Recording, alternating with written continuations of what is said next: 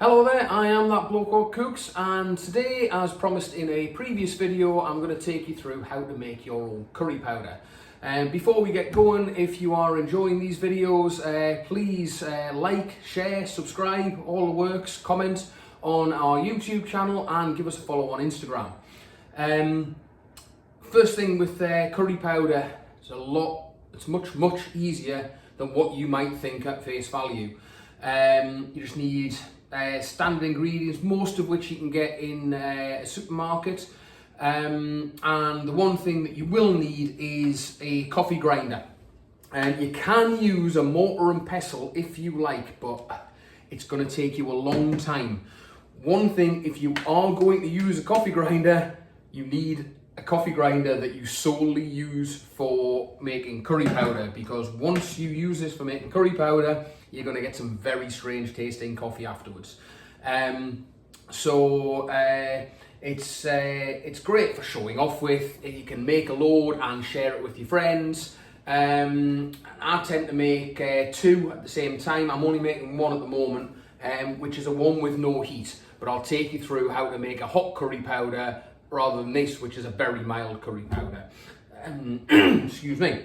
So, ingredients, I'm not really a one for using measurements, and I will not be measuring these, but basically a general rule of thumb is equal amounts weight wise of all of the following ingredients. So I have here some cinnamon bark.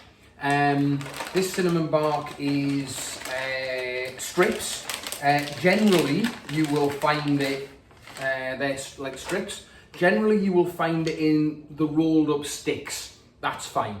I've got some star anise, I've got some cloves, I've got some black pepper, I've got cumin seeds, I've got coriander seeds, and I've got ground fenugreek. Ideally, you would have fenugreek seeds as well. I couldn't find any. So for this recipe, I'm having to use ground, which is fine. And then at the end, we're gonna add a load of ground turmeric as well.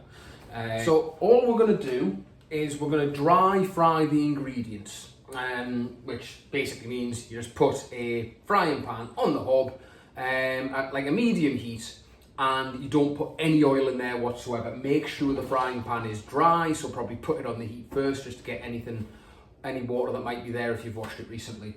The other thing to remember is that once you have done this, that frying pan probably needs to soak for an hour or two before you wash it, in case the next thing that you cook tastes like your curry powder. So, order of batting is the cinnamon takes the longest, so you put the cinnamon in first, leave that for a couple of minutes, and then add the star anise, because that's nice and chunky. So for anyone who's unaware of what that looks like, literally just a star. Smells star anise. It's very aniseedy. Once the star anise has been in for a couple of minutes, then add the cloves and the black pepper. And once they've been in for a minute or two, and by this time your kitchen's going to be really full of aroma, then add the coriander seeds and the cumin seeds. If you want an earthier tasting curry powder, which is my preference, then I would double up the amount of cumin seeds that you're going to put in there. And at this point you need to be stirring it quite regularly, tossing it. Because you might start to burn certain items. What I'm going to do now is I'm just going to take the camera to the hob, and basically we're going to just add the ingredients as we go. Once it's all dry fried together, you then leave it to cool for probably about an hour before you grind it. Here we go then. So we've got our pan on a medium heat, and you can feel the heat coming through there, so it's ready for the ingredients. So I've got 4 strips of cinnamon bark here, and what I'm going to do is I'm going to just snap them into smaller pieces. The only reason I'm doing this is because I'm going to put it in the coffee grinder, and if they're in bigger pieces, they won't grind properly. So just snap them into more manageable sections. Oh, there we go. So the cinnamon has been dry frying there for about 2 or 3 minutes, and we're going to put some star anise in. So if you just look at the star anise, you can see the little seeds inside the dried pod. Just chuck them in, and again we're going to leave that for a couple of minutes. Every so often, just toss it. Toss it gently. Forgot to mention before when I mentioned about maybe substituting for ground cinnamon. If you're substituting anything for a ground version of it, do not dry fry it. It's already been done. So just add that at the end once you've put all the larger items through the coffee grinder. Okay, so again that's been on for a couple of minutes, and I don't know that you can notice, but they're starting to darken in colour a little bit. You see there and there. And then we're going to add the cloves. Generous amount. Well, I might as well use the rest of that packet. And a very similar amount of black pepper. There you go. And again, now the black pepper starts to give more of an acrid, sort of more like an acidic type aroma that comes off. This is where you need to watch your heat. If you've got it on too hot, which I probably have had earlier for the star anise, then your cloves are going to start sort of looking like they've got like an ashy texture, and that's when you know it's too hot. If they're doing that, then just take it immediately off the heat, turn it down, put it back on again for a minute or two, and you'll be fine. But this is where you will need to start tossing your ingredients in the pan a little bit more often. Okay, so by this point, the room's now full of this aromatic scent from your pan, and it's time to put in your coriander and your cumin seeds. So I normally have a big bag of these, but I couldn't find them, so I've got 2 small jars. There's the cumin seeds, and the coriander. I'm going to put probably 1.5 in there. Now, as you start, if you make this quite regularly and go through it, then you might start playing a little bit with your quantities, depending on what sort of flavour you prefer within your curry powder. My preference is for a stronger cumin flavour, therefore that's what I put more in.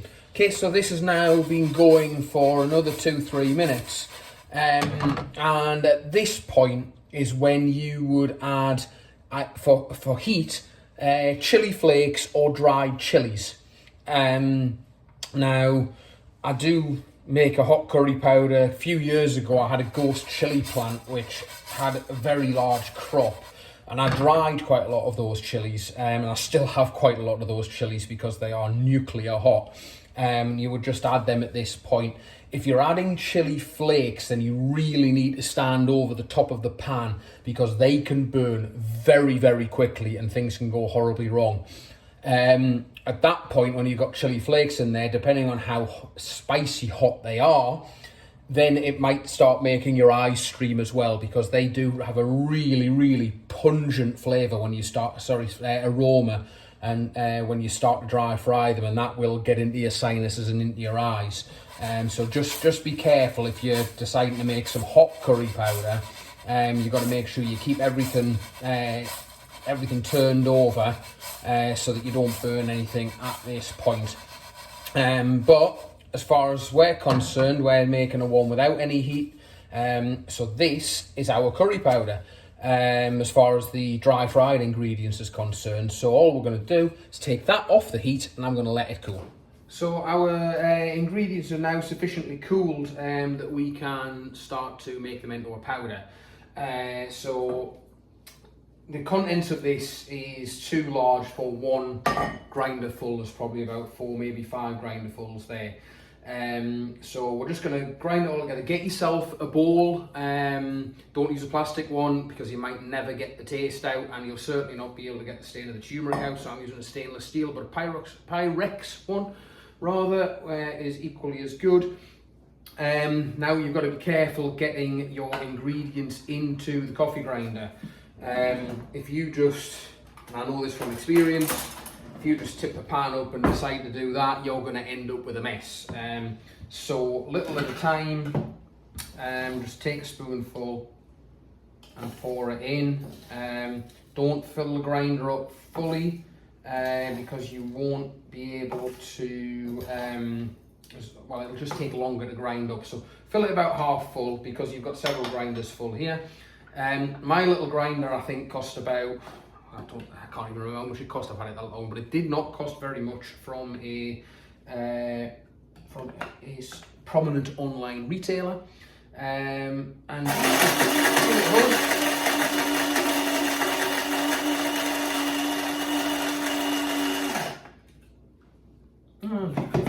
we are. That's almost done. There we are, perfect. And then just as you get it done, as it's ground up, pour it into your bowl. So there's one final thing that we need to grind up into it, and that is some rice.